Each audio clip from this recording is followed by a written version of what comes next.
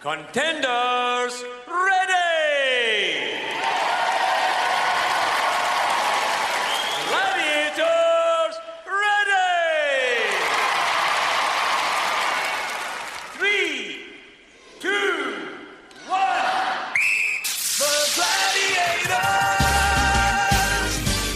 Hello and welcome to the Glad Pod in association with Gladiators TV. I'm David Blackmore and here with me, as always, is Jet and producer Paul, diving straight into the Glad Pod mailbag this week. And I got a letter from Tom who says he was horrified to have discovered that the Glad Pod so late, didn't start listening till quite late on in 2020. But now that he's fully caught up, and like so many of you, he wanted to share his memories of watching Gladiators. So he was 11 when the show started, and he can still remember the hype leading up to the first show and how the first episode was such a big event for him and his friends. He goes on to say how he's been obsessed with the American wrestling at the time because I think, as he quite rightly says, most American things were better in the 90s for kids. But in one episode of Gladiators, he was completely won over. You know, Hulk Hogan, gone. And like everyone else he knew, he was just completely besotted with Jet. And he adds that his best friend had a signed photo of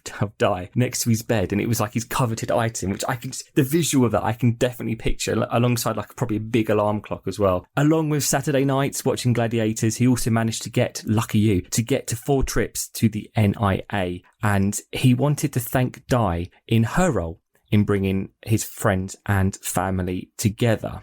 Firstly, it was really wonderful to see how many people had started listening to the podcast after we'd finished series 1. It was great that it was still appearing in people's feeds and that people were still getting in touch with us. And it'd be great if everyone could do something which I'm going to call pass the pod. So if you hear someone who is a Gladiators fan, send them a link to the podcast. If you hear people who enjoy listening to podcasts, send them a link. Let's spread the word about GladPod. And secondly, he mentions the hype leading up to that first show. For so many of you, it must bring back some great memories. Now, Paul, I know we've spoken about this before, but the build-up to that first episode was incredible, wasn't it? And then the show didn't disappoint. I think that's the key thing. You get a lot of hype for these kind of shows. If the first episode had disappointed, it would have been forgotten probably. But because it lived up to its hype, I mean, it just kicked on from there, didn't it? Yeah, totally. I mean, I always remember seeing that first TV ad, what ITV launched, which was basically like introducing the events and kind of the arena. And like I said on my kind of episode of the Glad Pod, where I'd come from watching He-Man, Thundercats as cartoons to then seeing these people as real life superheroes. But it was interesting to kind of mention about the American wrestling as well, WWF, as it was known back in the day. There was definitely at school 2 camps of fans. There was the WWF fans and the Gladiator fans. And I always remember, obviously being on the Gladiator side of loving the show, that the fact that it was real and WWF was scripted and fake to some extent and stuff like that. So there was definitely 2 camps, probably at every school in the 90s, where you were either Gladiators or WWF. And then it's funny that Hulk Hogan obviously went on to host the American Gladiators reboot as well for NBC in 2008. So 2 kind of camps of fans kind of colliding to create that as well. And I picking up on that America wrestling line as well. I mean, he's right. Most things from the US, the imports in those days were better coming to the UK than what we were creating ourselves. But then Gladiators changed that perception, didn't it? There we've got something that was in America that's now come to the UK, and it's just been made bigger and better. And for a lot of people living in the UK at that time, they've gone from, say, looking westbound to the States, suddenly being able to fully get behind and support a show in the UK with these superheroes, these gladiators. Absolutely. Well, thank you. Thank you that you think that. But even if I look back, just the production value, and there's a few people to mention, obviously Kenny Warwick and Nigel Lithgow, director, producer. But there are a few others, it was down to, even lovely Stephen Abnett with the costume design. So that attention to detail and making it really quite unique. But I've got to mention with that, the whole look of the show, Brian Pierce with his lighting design and how they used the blues and the reds, and we had this huge arena which the Americans never had. And of course, Jonathan Glazier's directing. But it was just a brilliant team, even down to the crew and the riggers. It was just a massive, massive machine and a big team effort. And I think after we'd got probably 4 or 5 shows under our belt, which would take about 7 hours to film just for 1 hour, because there was so much rigging and de-rigging to have to do and big camera setups. There was like up to 9 cameras recording live.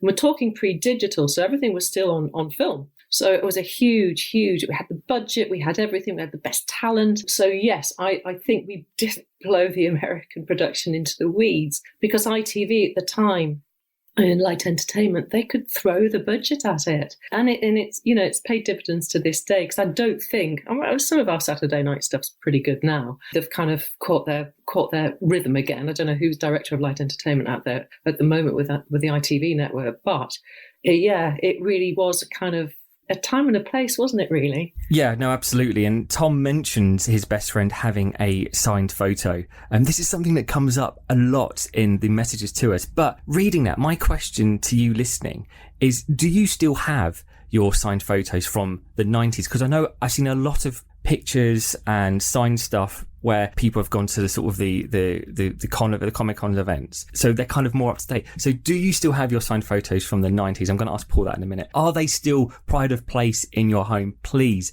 do send us your pictures. Paul, you still have loads of stuff from way back when, don't you? I do. And the signed photos, definitely a big part of my collection in my parents' loft. Every year the Gladiators would get new photos.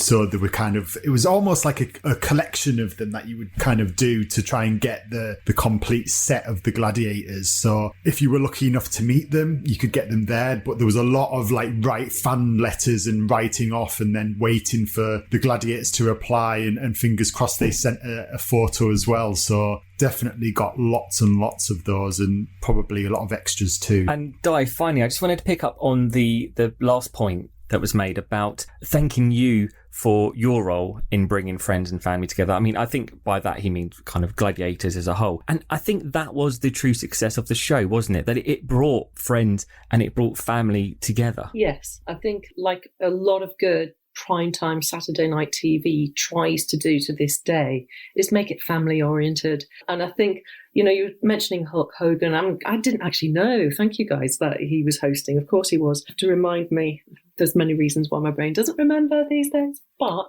it was the turnover from anything kind of contrived. And that's what's bringing me back to the whole family entertainment bit. The camera doesn't lie. And what was great about Glads, even though it wasn't for us gladiators with our bodies, because the bodies paid the price to this day, it was honest and it was real. So when that whistle went, there was nothing contrived or choreographed at all about any of the events, because it technically was a game show. And when there's a game show, you can't rig it, you can't retake anything if it doesn't look right on camera. As I said, we had so many cameras actually recording at any one point in time, so it was captured to its best ability and then edited beautifully. I said I've gone on about the crew and the talent behind the scenes. So you had a kind of a real glimpse of something completely honest in terms of family entertainment. And yeah, I don't know I think only things like X Factor and things that have come through to this day that kind of convey a little bit of that integrity and honesty still. And Glad certainly had all of that at its heart. And everybody loved to see like the underdog winning, which is the show gave itself to. It was somebody just literally from the bottom, proving themselves in that arena and became household names to this day. We can all remember the Kerrins and the Eunices and the Mark Mottrams and people like that. It just had everything, and it was honest. Absolutely. Tom, thank you for your letter. As always, it will be great if you could give us a 5-star rating and review on iTunes or whichever platform you listen to the Glad Pod on. It's always great to read some of your reviews. Honestly, it really does mean the world to us. Thanks to Chris Carr, who loves listening to the podcast to hear the behind-the-scenes stories, and to Watkin95, who grew up with the Gladiators Revival and then the repeat marathons on Challenge. He does say he vaguely remembers watching the original series when he was about 4, but that he kind of got into it as it was ending, I guess. So I kind of get that. But interestingly, his favourite podcast so far has been the Phoenix episode, which actually was one of my favourite from the first series as well. Don't forget to follow us on Facebook, Twitter and Instagram. And remember, you can get in touch with us and share your Glad stories by emailing gladpod@gladiatorstv.com. Di, I shall hand over to you to introduce this week's guest. 3, 2, 1. On today's Glad Pod, oh my, to his friends, to his family, and to millions of moviegoers across the planet, he's known as Mark Smith. But to you and I, Glad fans, it's Rhino, and he joins us now live from Santa Fe. So great to see you. Has been a long time, and you've been a very, very busy Rhino. Yeah, but I've been trying. Yeah, it's been busy, but I don't really look on it as being busy. I'm always kind of looking for the next thing. We always like, Mark, to talk about kind of that journey that you get to even get in the Glad call and the routes that people took. You know, you've got gymnastics, you've got athletics and bodybuilding, and that was the route for you, wasn't it? It was 17 years old. Well, so let's go way back to the beginning. How did I hear about Gladiators? I was well into competitive bodybuilding. I won the Junior British Championships in 89, the London Men's Heavyweights in 92 against Jefferson King, who was Shadow. So he came second. I won that, and that was in Holborn. 94, I came fourth in the British Men's Heavyweight, 24 years old. And then I was asked, actually, by my ex-wife, her brother's girlfriend knew Kenny Warwick, small world. She said, why don't you go in for a meeting at LWT and do a fitness tryout? And I was like 270 odd pounds. So long story short, I went to the school in Southwark opposite LWT. Diane would know that very well. I do this fitness tryout. Kenny Warwick and Nigel Lithgow were there. And mate, I was not built for that sort of fitness. You know, power movements was fine. And then the last thing was climbing up the rope. I had no technique whatsoever. I remember looking at my bicep. I didn't use my legs at all. And I was pulling like this. And I was moving literally 2 inches each pull. And no legs, no technique. I looked down and I could see Kenny Warwick and Nigel Lithgow going, come on, Beef, come on. You can do it. Mate, I was pulling with all my dear life, and I just about made it. Then I done an interview at LWT where they used to vet us individually and see if we've been in trouble with the police and get a backstory on us. And then luckily I got in. My first trip was to Australia, 1995, and that was a huge eye-opener for me because every individual in this world has their own story, their own journey. So if this is a no-holds-barred interview, for me to be totally honest, you know, my mum and dad split up when I was like 2-3 years old. Mum suffered from depression. I grew up with my hardcore Jamaican granddad. So the only thing that was kind of subconsciously observed by me was you got to get up early and go to work. And if you want anything, you got to put the work in. When I went to Australia, I saw these Gladiator girls. No, sorry. I done the live shows first at Wembley, didn't I? Was it Sheffield? Yeah, go on, Paul. Was it Wembley or Sheffield? No, it was Sheffield first and then you did Wembley afterwards. My man, see, he knows better than me. I saw the girls coming up in their cars and with their own credit cards. Honestly, I was like, wow, these people are earning money, man. I see Nigel Lithgow pull up in a 300 SL white one. I remember clearly. Girls had Jeeps, their own credit cards. I'm thinking, this is amazing, man. Bearing in mind, up until that point, I'm working in the sports shop in the day. I'm training after that. And then I go to Australia. Somehow I was lucky enough to be picked. And I'm on the plane in business class. I'm thinking, wow, this is incredible, man. You stay in this like flash hotel and everything's paid for. So you're getting paid. I'm getting paid for bloody hitting people. At that stage, though, when you were downloading, I'm actually on my way to the other side of the planet in business class. And when I get there, I'm going to walk into an arena I've not walked into before properly. And I don't fully know if I can do those events as well as they want me to. Bit of apprehension going on. Big time, Diane. And I remember the first time I stepped across in Jaw, and I think the expectations before that was, yeah, Rhino, you're going to smash them off. And no technique. And I'm thinking, okay, keep your knees low. And you know, through nerves or whatever, I've stepped across. And I remember saying to Helen Panther, I'm no Shadow, man. You know what I mean? I'm me. But everyone thought I was going to be like Shadow and knock people off and like get intimidating. You know, remember when he stood with the eyes and he used to be like that. And that was a reality check for me, where then I started to go back to boxing and change my training around. Did you actually think after that controversial and high-profile exit of Shadow. Did you feel pressure, coming into the show, but was there extra pressure on the team as a whole during that time, do you think? What I can say, and it sounds very cliche, is that I'm not even saying this because Diane's here, but there were certain individuals, no one was horrible to me. Remember, I came in 95, so they're the old school. They're like the Godfathers, right? You got Diane Jet killing it, sexy, fit. No, honestly, all people at all personal appearances just say to me, yeah, Lightning and Jet's my favourite, and her hair, and when she does that with the, that was like almost iconic, wasn't it? Just as being real, yeah? It's Brian! And unlucky for him because he's going to be pulling against the Rhino! Making his debut on Gladiators. And Brian is going to need every ounce of his 14 stones in the whiplash ring against new boy Rhino, who carries more than a 3-stone advantage. He may be 5'10" high, but he's 9 foot wide! Ready!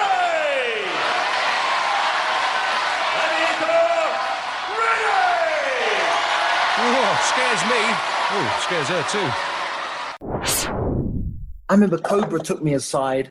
James was really cool, Hunter. And everyone was cool, but I remember Diane saying, are you okay? Like in the pen. We used to sit there before going out to 8,000 people. To be honest, me and James kind of vibed a lot because we used to really psych up before. So it's almost like prep going to bodybuilding or boxing. Whereas Saracen was more kind of cool, he's just sit there and I know a big thing. And that works for him and that's fine. But for me, I'm going out to annihilate the person in whiplash or suspension bridge or power. I want to smash them. And Hunter really stepped in. I remember those very first few. He took to you. He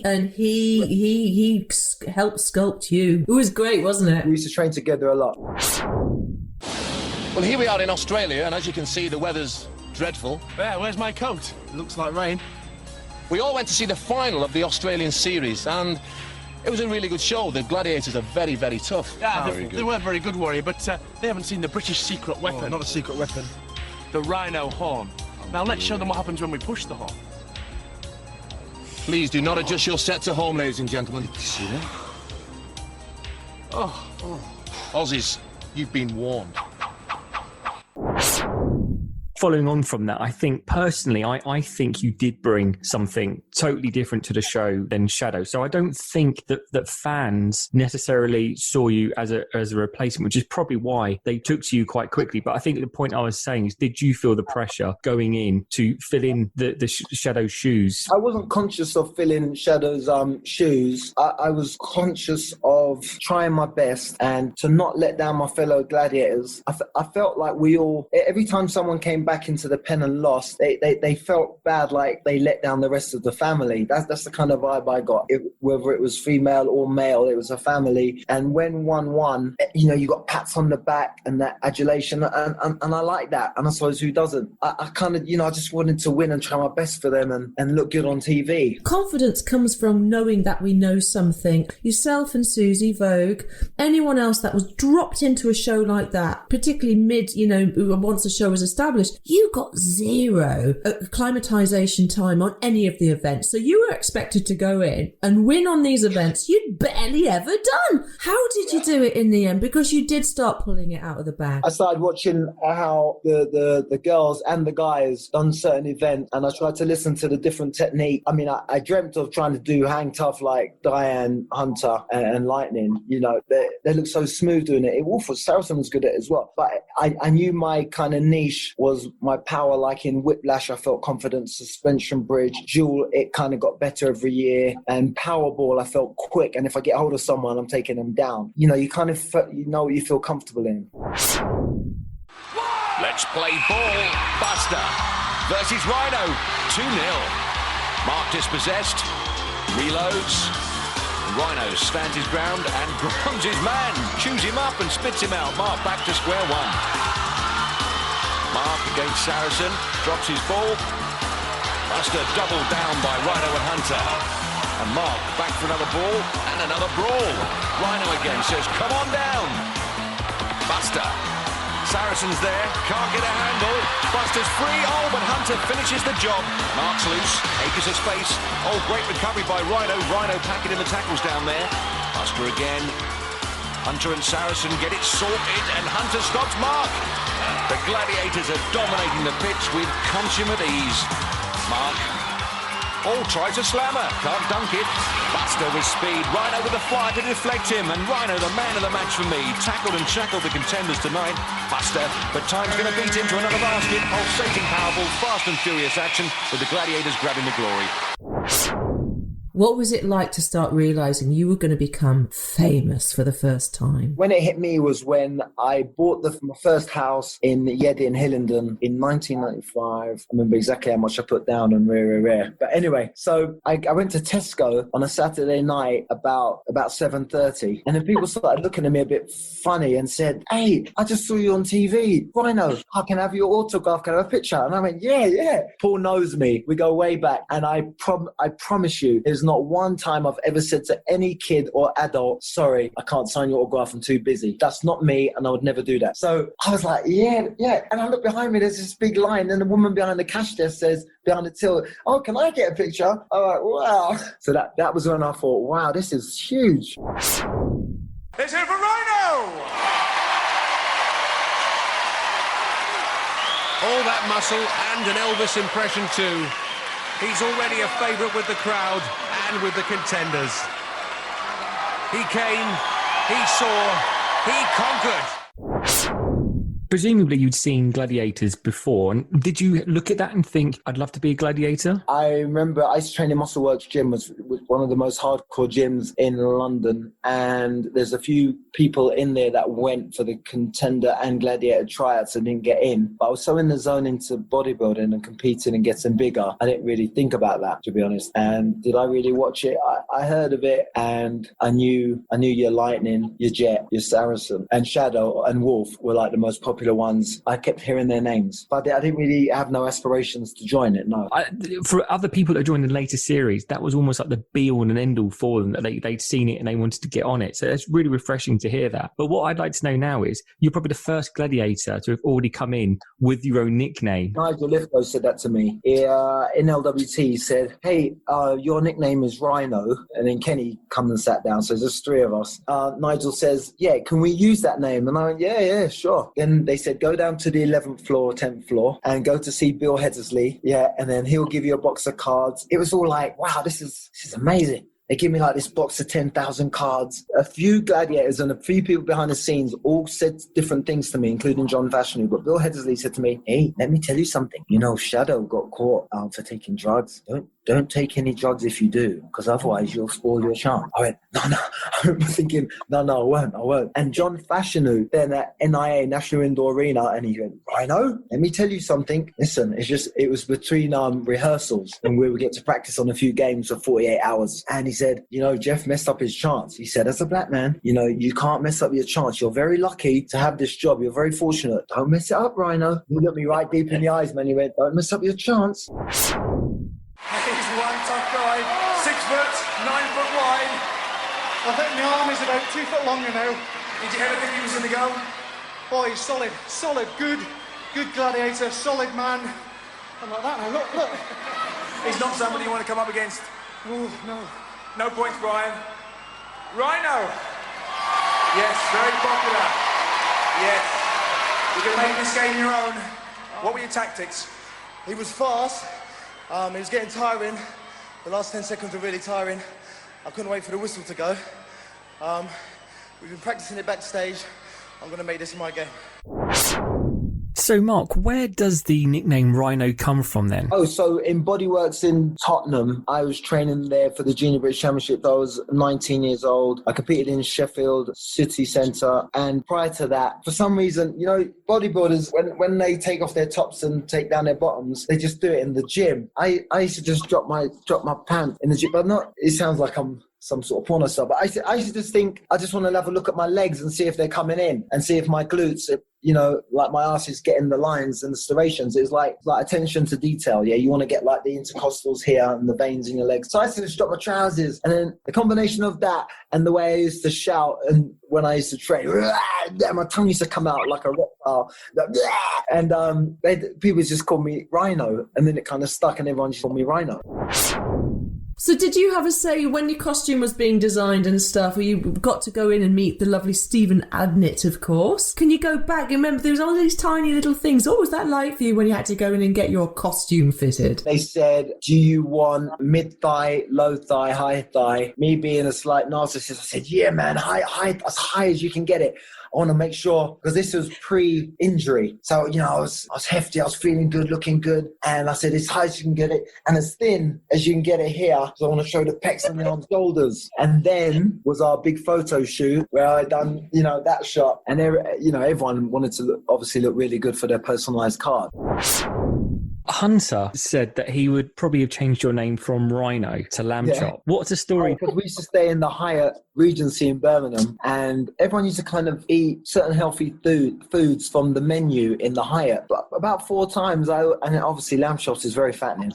I ordered the lamb chops and mashed potatoes. It was a mountain of food. Now I think there's like 15 lamb chops on there, and Hunter said, "What are you doing with that?" I said, "What do you mean?" And he said, and then from then on, he's a bit of a joker as well. As hard as he trained and got focused for events, he did used to joke around a lot. So he used to start calling me Lamb Chop. And then I think Ulrika started doing it as well.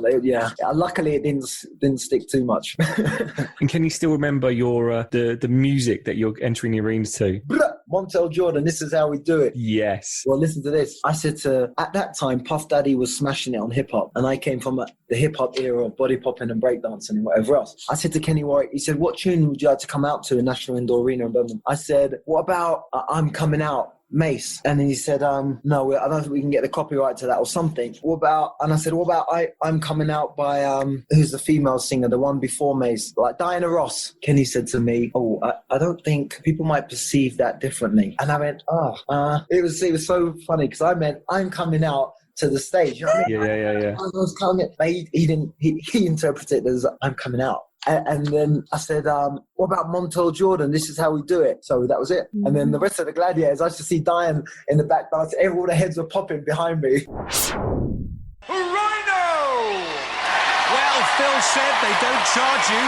With a Rhino on the pitch, he may change his mind.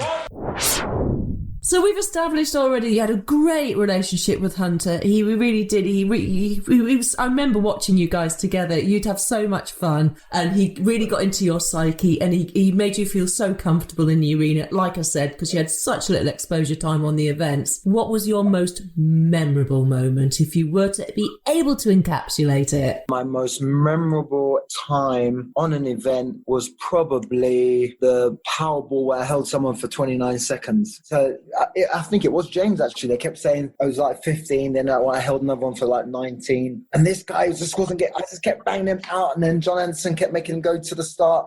And then I made it my personal mission to not let him get through even to number 2. Was that Gauntlet? Gauntlet, sorry. That was memorable. And Chris charges the Rhino, and Rhino's having none of it. Sends him back where he came from. And again! In fact, Chris having a tough time actually getting into the gauntlet, let alone running it. And Chris now trying to shoulder charge his way through. Rhino, not so much an endangered species as a dangerous one. Boy, Chris, break it up, give it some push. Oh, clears Hunter and Raider. Oh, but Wolf tames him. Stops Chris dead in his tracks. Oh, he's been pushed, parried and punished, and all for no points. Another bad day at the office. And Chris can thank Rhino for that. Skillful, strong, what a great new signing this Gladiator has turned out to be. You had terrible trouble at the beginning there, but then you did pretty well. Yeah, I just couldn't get that big back in the end. That was massive. Rhino, he's wider than he is tall. Yeah, I felt the whole width, length and everything of him. God, he's massive. Let's hear it for Chris. Well done. Rhino, new Gladiator, terrific work there. I mean, that was pretty amazing. Yeah, that was brilliant. I enjoyed that. This game sends me down to the ground. It's a charging one. That's why they've all put me in the front. I love it. Well, you did pretty well. Well done, Rhino. I think pretty well's a bit of an understatement, Uli, when you look at that.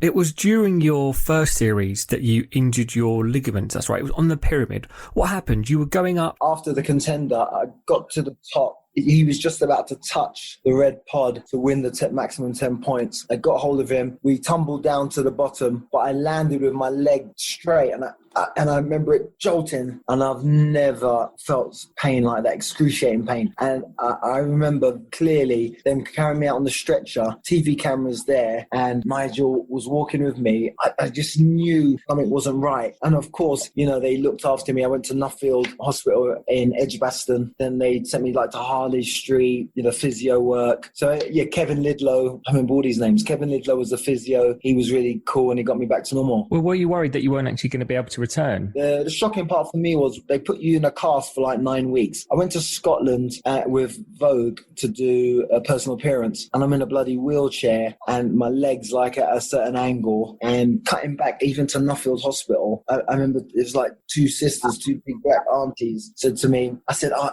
want to go to the toilet. And they said, oh, we will bring you. And I went, and I was like, I was so embarrassed. They had to help me go to the toilet, man. It was like your auntie bringing you to the toilet. And then with Diane going on the plane, with Vogue, Suzanne going to the plane to Scotland to do a personal appearance. That was a lot of hard work trying to get on the plane in a bloody wheelchair and hobbling. And then taking off the cast was the most hurtful time. I took off the cast, and I looked at my thigh, and I thought, oh my gosh, where's my freaking thigh gone? It went in, muscle wasted. So all those years of hard work, I was thinking, oh my, and it was hairy. Like, what? Do you know, your heart must have broken, because there you are a role model.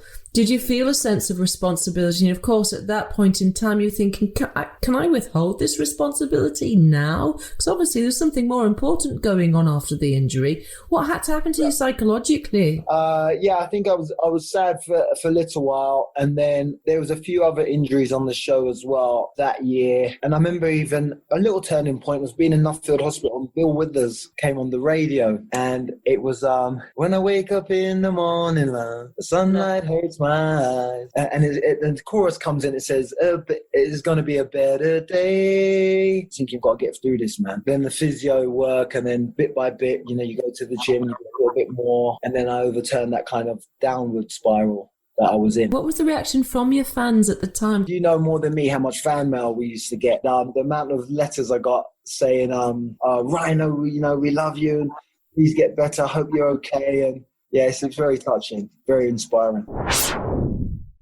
Rhino wrestling. Oh, and rolling. Fury to the ground. It's chaos up there. And John Anderson's got to get a grip on these flagrant Gladiator infringements. Rhino's lying on top of Fury, but the referee has stopped it on 13 seconds. Rhino injured.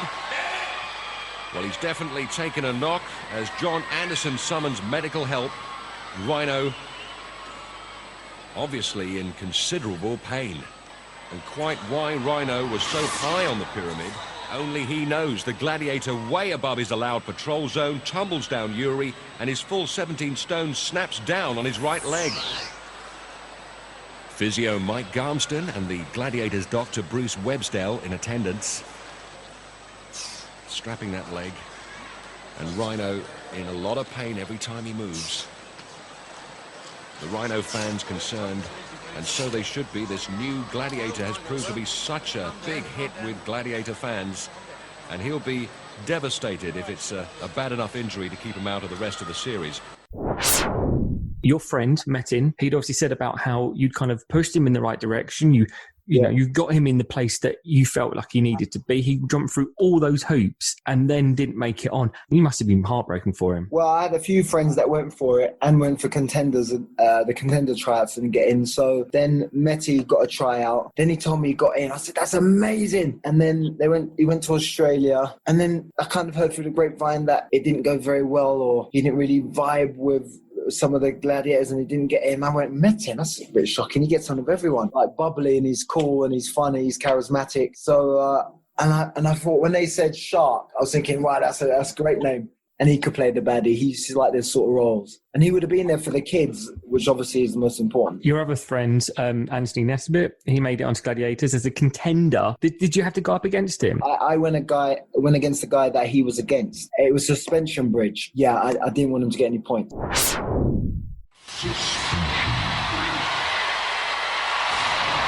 now move into the men's event with Mark. And he's going to be facing Rhino. Over to John Anderson. Contender ready!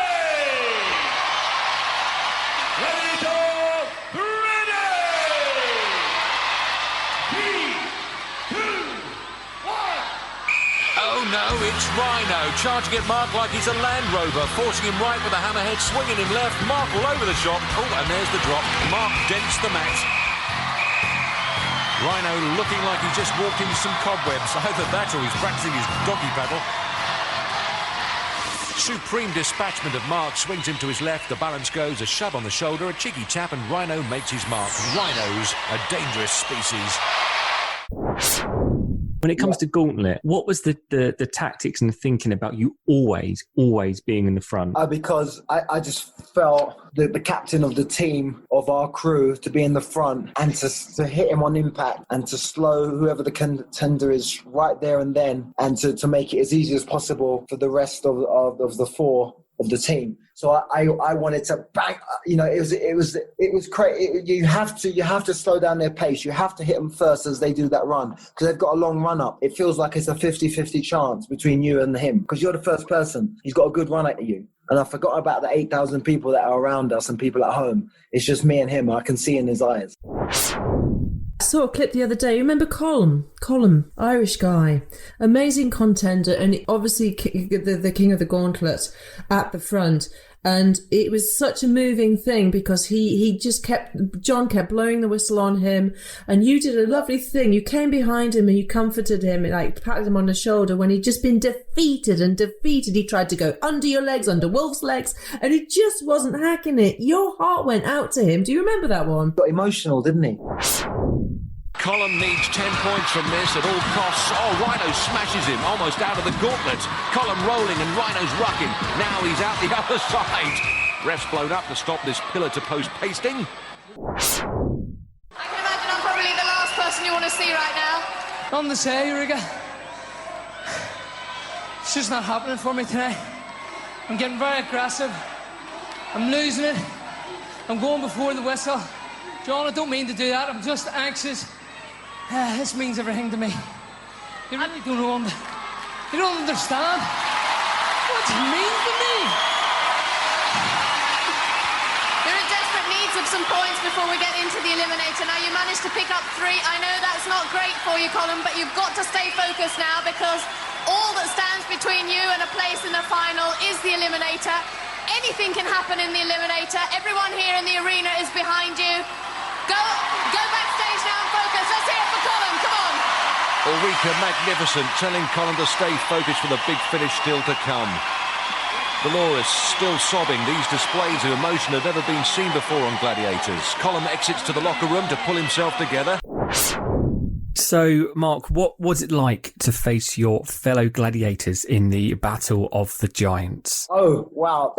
For us, it was oh, man. This is going to be really weird, guys. And obviously the wall and hang tough, and I can't remember. There's certain events where I thought, oh man, I don't think we were relishing the opportunity to go against our fellow, families. It wasn't great. It sort of changed things, didn't it? I mean, I remember I didn't, because I'd kind of long gone by that point. But having to go up against, say, someone like Lightning, can't even imagine what that would have been like. How far you'd have to dig deep. Yeah, the psyche of that, you don't really. I can't imagine any of us individually can really say hand on heart, yes, I'm going to violate Cobra, Hunter, Saracen, Wolf, or I'm going to smash him, Warrior. I don't think anyone really wanted to do that in their heart. So let's meet the gladiators who are getting ready to rumble. Wolf, Rhino, and Cobra. And Ace, Hunter, and the mighty Saracen! Well, it sounds to me, guys, as if the audience are ready to rumble. How are you feeling about this competition? I feel fine. We had mixed feelings before. We're all brothers and we're going against each other, but we're looking forward to it. We're all equipped individually for different games, and let's get it on. And last up, it's Rhino and Saracen.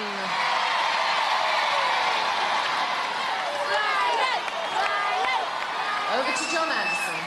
Gladiators ready!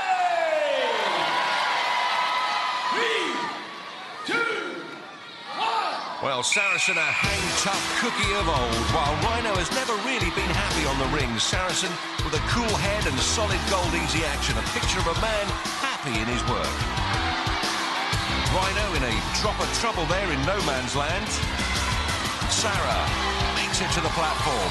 Oh, and Rhino's gone! Down and out in Beverly Hills. His fans are as stunned as he is. Very, very unlucky. It did look as if you were struggling up there. I wasn't struggling. Yes, you were. Well, for those of you who are sitting so far away, there's basically just bare flesh on Rhino's hands. So if you're having your dinner at home now, enjoy it. A bit of sympathy there from the audience, and that's what I'm saying. It looked to me as if you were in pain or you were struggling. I was in pain, yeah, but I just wanted to go through it. That's what Gladiators is all about. It's the ultimate challenge, and that's what we've come here to prove. Absolutely. Let's hear it for Rhino and Sarah. Tell us a little bit about when you went to South Africa. Obviously, I'd long gone, and I've only heard kind of snippets of that from afterwards. It was a really brave thing to do because you didn't quite have it kind of as well sussed out before going. So you must have had to wing it while you were there. What happened? So, yes, I think that was 99 we went, wasn't it? 2000. And once again, for me, it was an eye-opener to go on these places that I've never envisaged going to. Do you know what I mean? I'm going to, we're staying in Table Bay, which was in Cape Town. And then we done the Plattenberg, like Hermanusgarden route. We went to Johannesburg. So went through some rough parts, an amazing parts. And the safari obviously blew my mind. One of the most memorable trips of my life, seeing the animals in a natural environment. So yeah, it was well organized. And the South Africans were really cool. They were hospitable. I had a great time. The health and safety was nowhere near up to the standard of LWT. No. Did I feel safe? I didn't really think about it, to be honest. Yeah, I felt fine. I remember a few little Chinese whispers amongst the UK gladiators saying, it's not quite as good as R1. But once again, for me, I was like, great, I love it. Ready to fight the duel, it's Michael! Extremely popular Cape Town schoolteacher Michael Toll wins his place in the South African team thanks to some courageous performances in the past. Here's up against Rhino! A compact, chiseled body of armor, Rhino is the perfect gladiator fighting machine. Over to Cyril Mitchley. Contender, are you ready? 3, 2, 1. Oh, Michael is blown away in an instant. His head will be ringing, and it's music to Rhino's ears. The UK Gladiator took a short backlift, but generated ferocious power, and Michael had only one way to go. Well, he went down with no points at all, Rhino. That was a very quick game. Thank you very much, Ursula. She said, make sure I pronounce her name correctly. I saw Michael warming up backstage, and he's very quick, very fast, so I thought I had to be there very quick. I just come with the power, and lucky enough, I got Michael off. Would you have considered being a gladiator in another country? Like we had Fox, you did UK to South Africa, and Laser UK to South Africa. Would you have considered being a gladiator somewhere else? They asked me to come back. Cool. I was halfway in my LA life. It was Sky. It was for Sky. And they offered $3,000. I said, $3,000 to come back to England to do? I said, nah, man. That's terrible. I can't do that. We weren't earning money off footballers, myself and Diane and the rest, but that's exploitation. I said, thank you, but I don't like to say no to anyone, but I said, thank you, but I'll pass this. Yeah, so I think they approached you back in the day, because I remember when I was working on the show, they were like, we want to get Rhino for the Legends shows, where they kind of brought back the original ones, but obviously you were in LA, so they sent out a crew to record with you for the documentary.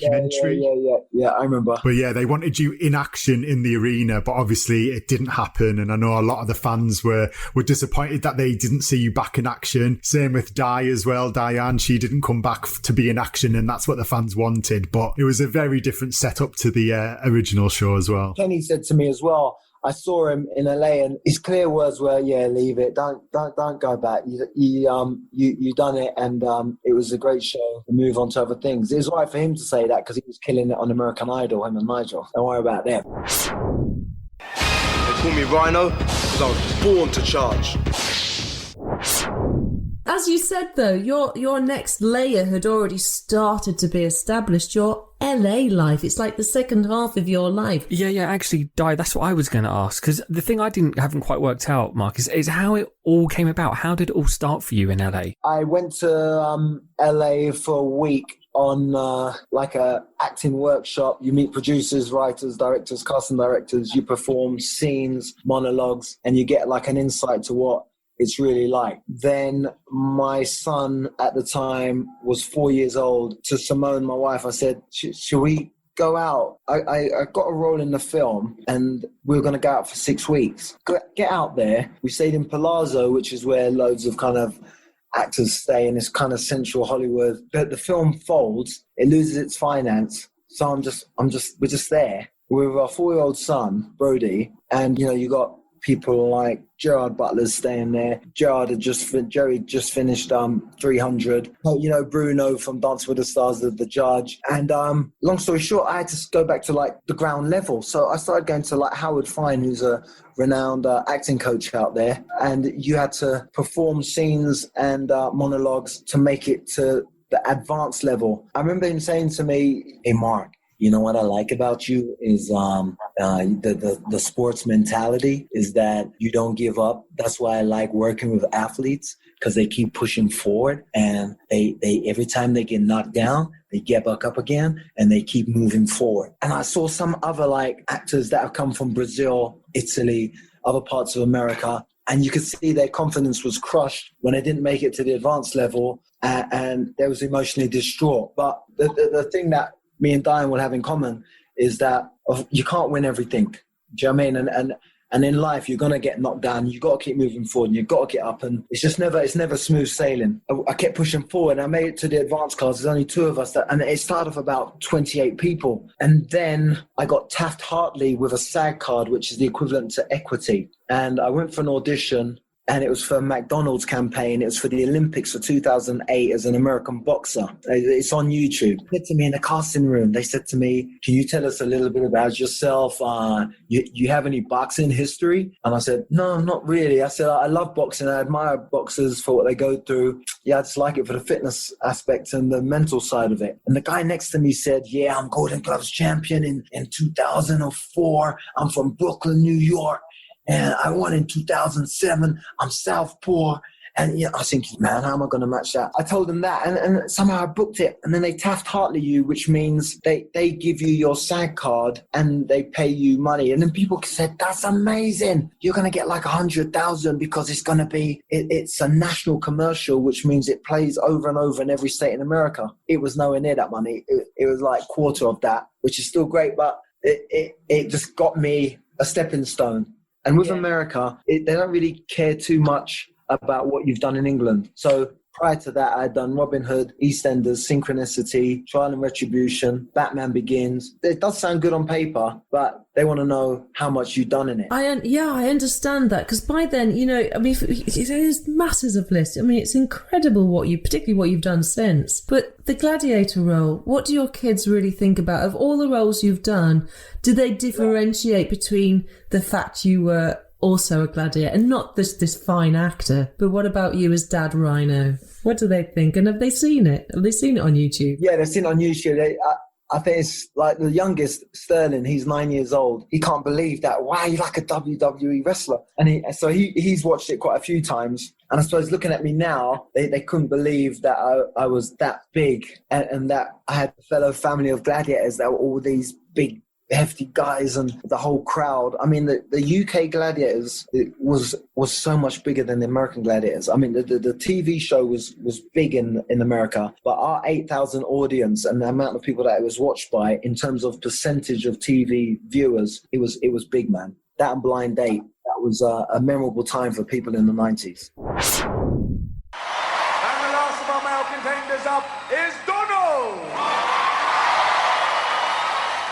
He's going to be facing the Raging Rhino. This is going to be a cracker. Donald scored 10 in his last fight, stands 6'2" and over 15 stones. As for the rampant rhinoceros, he's 4 inches shorter, but a couple of stones heavier. Well, presumably one character that the kids do like is Officer McCorn.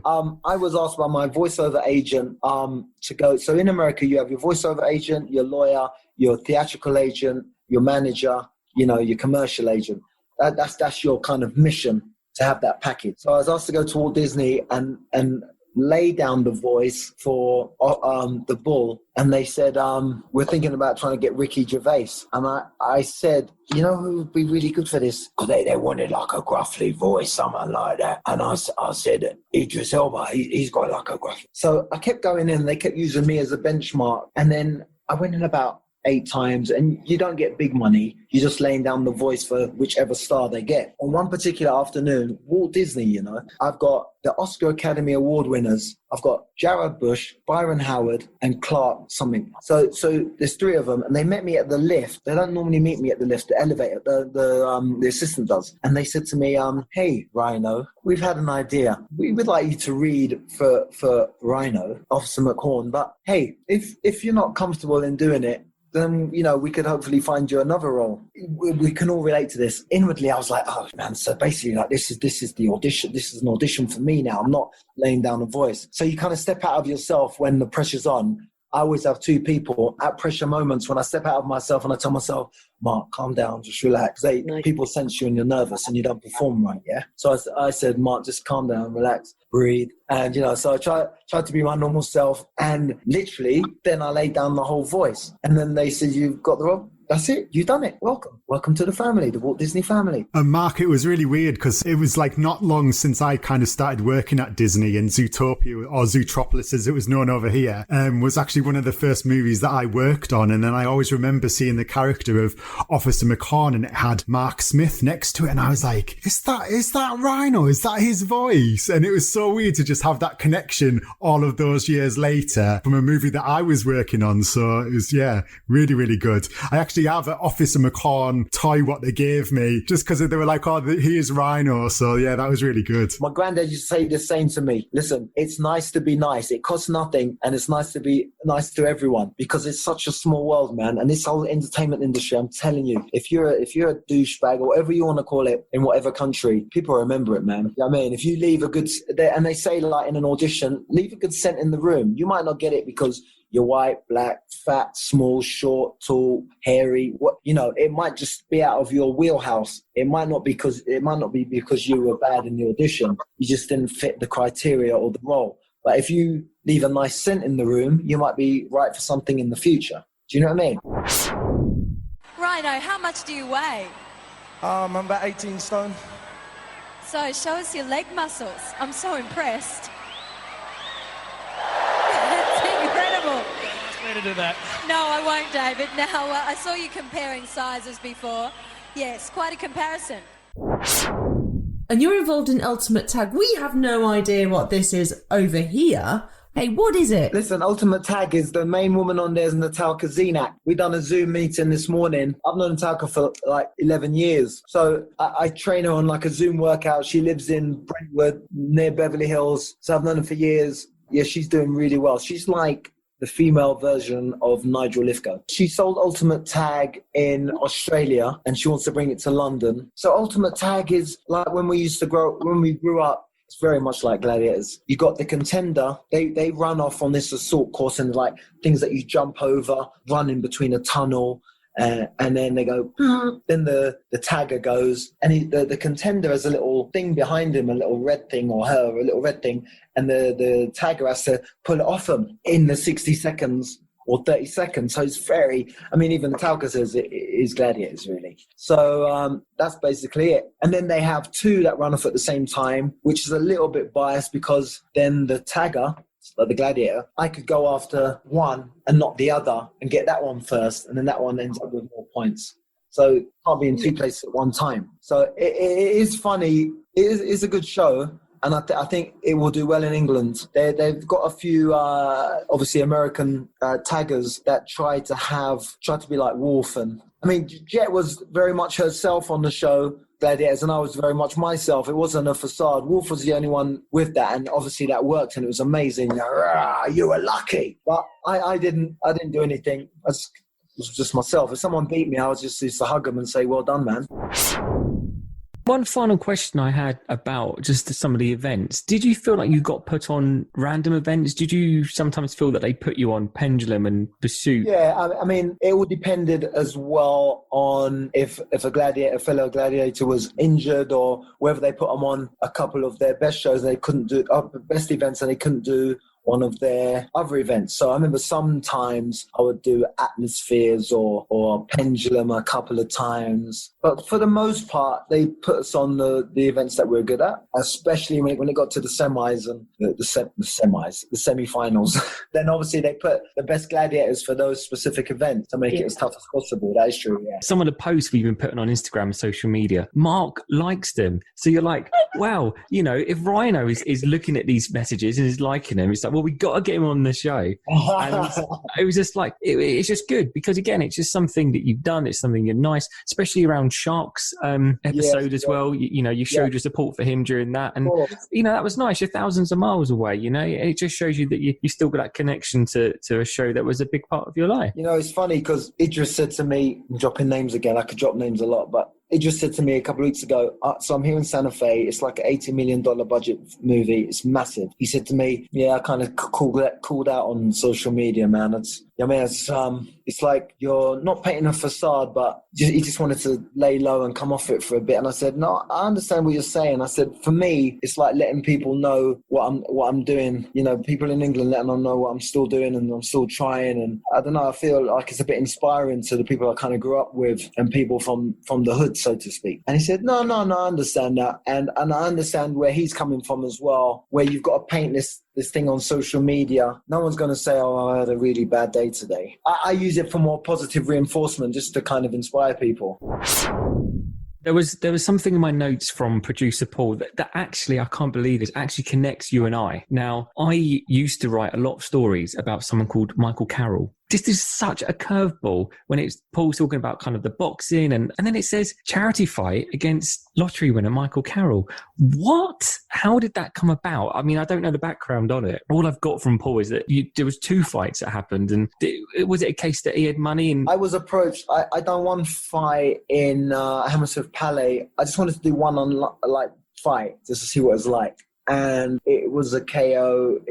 And then I done against the rugby player in Earl's Court, and it was on one of the nights that we're filming Batman Begins in 2005. Done that, and then I was approached by the promoter, who's from Manchester, who I can't remember his name, but he was he's very street, and he said, listen, fight against this guy. He's just won a lottery. Make it look good. Don't knock him out. Don't hurt him. We'll do it at York Hall. It'll be massive, and I'll give you X amount of money. And he met me in some car park, and he gave X amount of money in a plastic bag. I've never had that amount of money in a plastic bag before. And we done the weigh-in. Yeah, it was very hard for me though, because I had a lot of friends go to York Hall in Bethnal Green, and you can see on the video that I'm just playing with him, and it was hard not to knock him out from a competitive standpoint. So I had to hold back. So when they done a rematch in Manchester, then I knocked him out. He was nice, Obviously, everyone speaks bad of him for winning, I don't know, 10.9 million and doing drugs and women and whatever else. But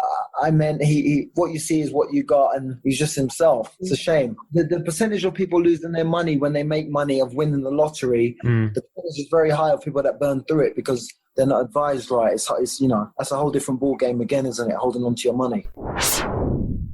There's fantastic atmosphere here, Chris. Really wonderful. Yes, hello. He looks very calm and... I don't know. I say that was a good punch. I think that came from Rhino. Yes, Rhino's moving very well. He's moving extremely well. And he's sticking him. Mikey holding the centre of the ring again. Go for the body shot and a right to the head. Wow, I tell you what, yes, he's having a go. He's having a go. He's hitting him again. He's hitting him hard to the body and the chest. Right.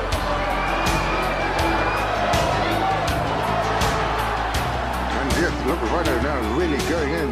Yes, I guess. Oh, Mark, do you know what? The time's come when we must say goodbye. We've got so much more that we'd love to speak to you about because you are doing wonderful, wonderfully crazy, wonderful things. We must come over and visit you.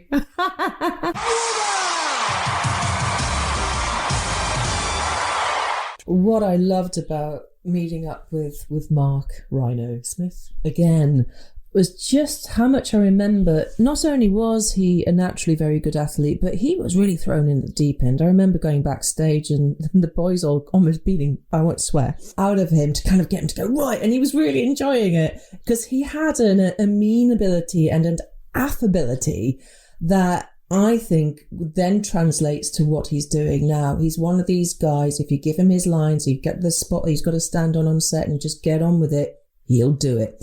Total professional. And it was that lack of attitude and I'm going to do it my way. He just was amenable and lovely. And we saw this and we heard this with when we've been speaking today. And that's the bit that I always love about it. So I naturally, if I make a connection with somebody, I'm not great with social media. You probably all know that, but I do follow him and I love whenever I see what he's doing out there in LA and all the work he's doing. And for instance, we were talking to him then backstage on a film where he had to quarantine for what's been going on in the world. And again, just how welcoming he was to all of us to let us into this time of his life and go through it all again. And the joy he shared with us about what it was like for him to become a gladiator, what it was like during, and of course what he's doing now.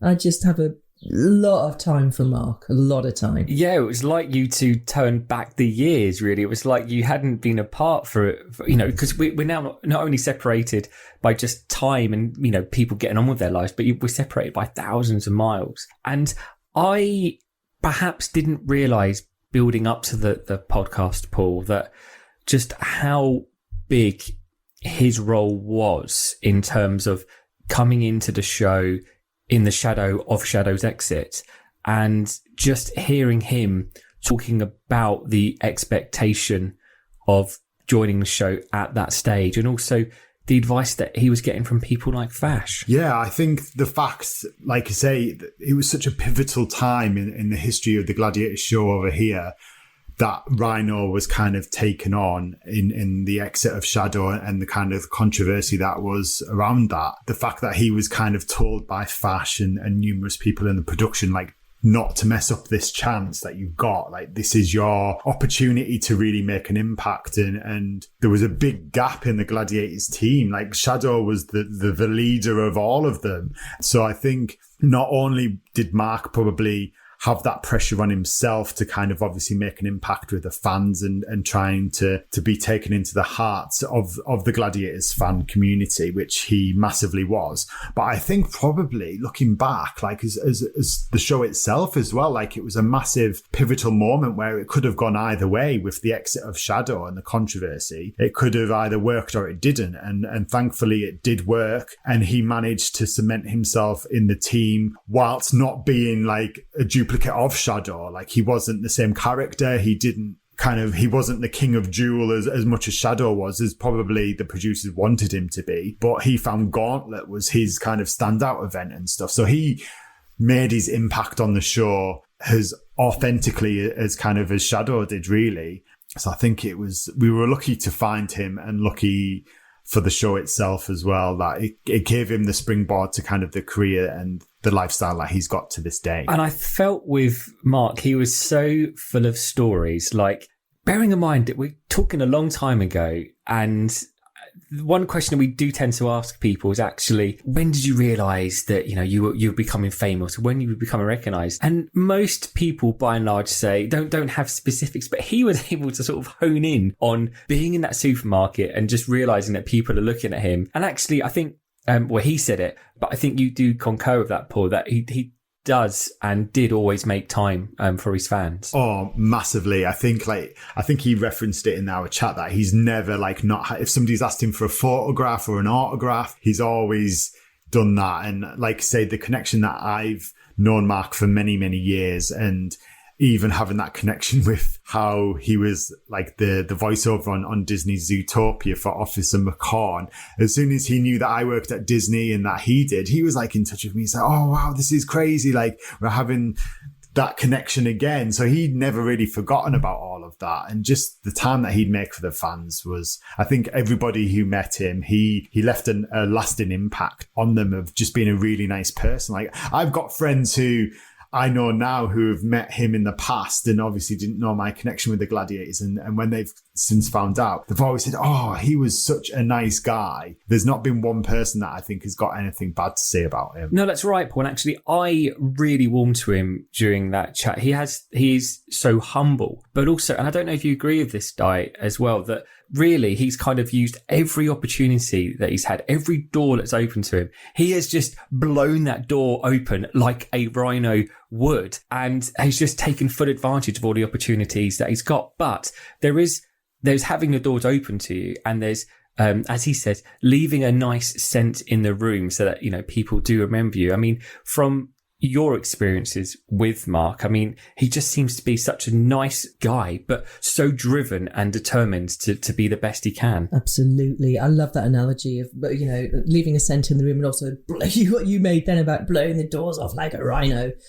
There's one word I can use, and it's very rare. I can use it for many people I've met, and I'm not judgmental. I'm a therapist after all, but it's grace. Now, what Mark has, and that scent he leaves in the room, is gratitude. So you mentioned humble, but there's something about him where you're around him, and no matter what the exchange is or what's going on, you get the sense he is gracious. He has gratitude, and I simply call it the word grace. Very few people I've met have it and do it beautifully, because I think it's something born. It's not something you can learn. And he has it. And this is why he's doing what he's doing now. I could feel very moved by it, because I rarely see it. And he has it in bucket loads, or in rhino-sized bucket loads. He's full of grace. And it sounds it's a fluffy word to say it for a rhino. But it's a gratitude. And that it's usually with the humble comes in that kind of set of personality traits, but he backs it up by being really talented and not overplaying himself. He's just a pleasure to have around and be around. There were two other things that I've double underlined, Paul, so I know that I definitely wanted to mention them. The Battle of the Giants episode, and him feeling a bit hesitant about doing it, and also being asked to go back to do Sky Glads. And you kind of got a sense from him that he did want to do it, but it's kind of like that ship had already sailed. Is that kind of the vibe that you would have got at the same time? Yeah, I think, like, obviously he'd done a bit of filming for the Sky Glads in some of the documentaries that they did prior to kind of the revival series itself. And I know that he was over in LA at the time and had probably chatted to a few of the producers like Kenny Warwick, who'd kind of obviously worked on the original Gladiators and had heard how the revival series was going. And I think he probably just got a bit of advice that it wasn't really for him. It wasn't the same show. Obviously, he was cementing himself within his career, and it probably was just not the right time for him to go back to that and kind of take that on, where he was kind of going in a different direction, obviously, with his acting career. So I think he probably just had a gut instinct. That's the impression that I had, that it just wasn't the right thing to do for him and that time. And obviously, like you say, the Sky Glads, as nice as it was that existed and that some of the legends went back, it wasn't for everyone. And some of them wanted to, some of them didn't. And I think he probably sensed that it wasn't the right thing for him. And with the Battle of the Giants, do you think there was perhaps, apart from Hunter, the rest of the Gladiators probably all felt a bit nervous about doing it because they're going up against people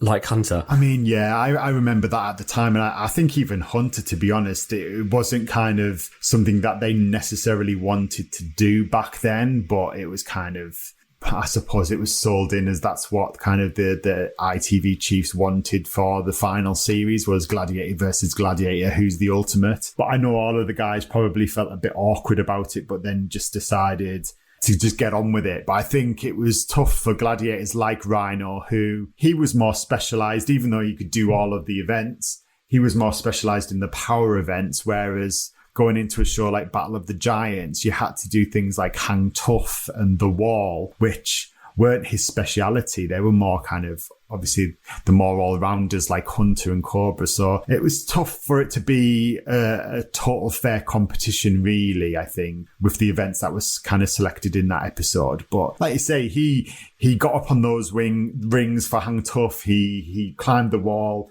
and showed fans that he could do it. But I think for him, it was definitely more about going against his fellow teammates, which probably didn't sit too well with him. And I think we should do an episode about Battle of the Giants as well at some stage. I think we definitely should, because I think there's probably lots to discuss and lots to pick from the episode as a whole, leading up to it, as you've just done, and kind of during and the aftermath as well. But before we finish this week's Glad Pod, I kind of felt like we didn't really go into as much detail as perhaps we should have done in terms of Ultimate Tag. So I definitely made a note of that and thought, actually, that's probably something that we should discuss, because it could be something that will be winging its way over here soon. Actually, even whilst we were talking to Rhino, I was looking up sort of YouTube clips of it and seeing how it might work in the UK.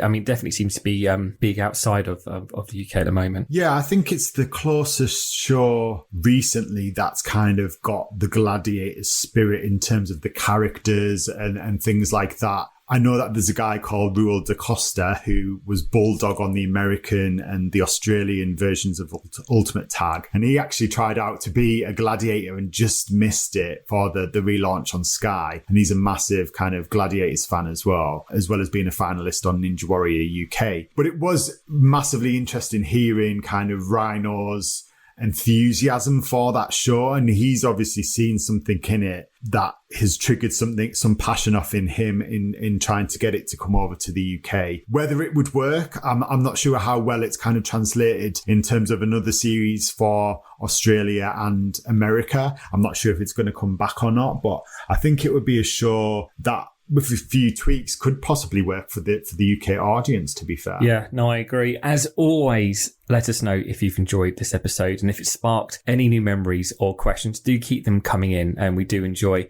reading them all. Email address is gladpod@gladiatorstv.com. Don't forget to follow us on Instagram and Twitter, and like our Facebook page. Good competition, good spirit, great sportsmanship as both contenders show mutual respect. Join us again next week for the ultimate challenge, the might of...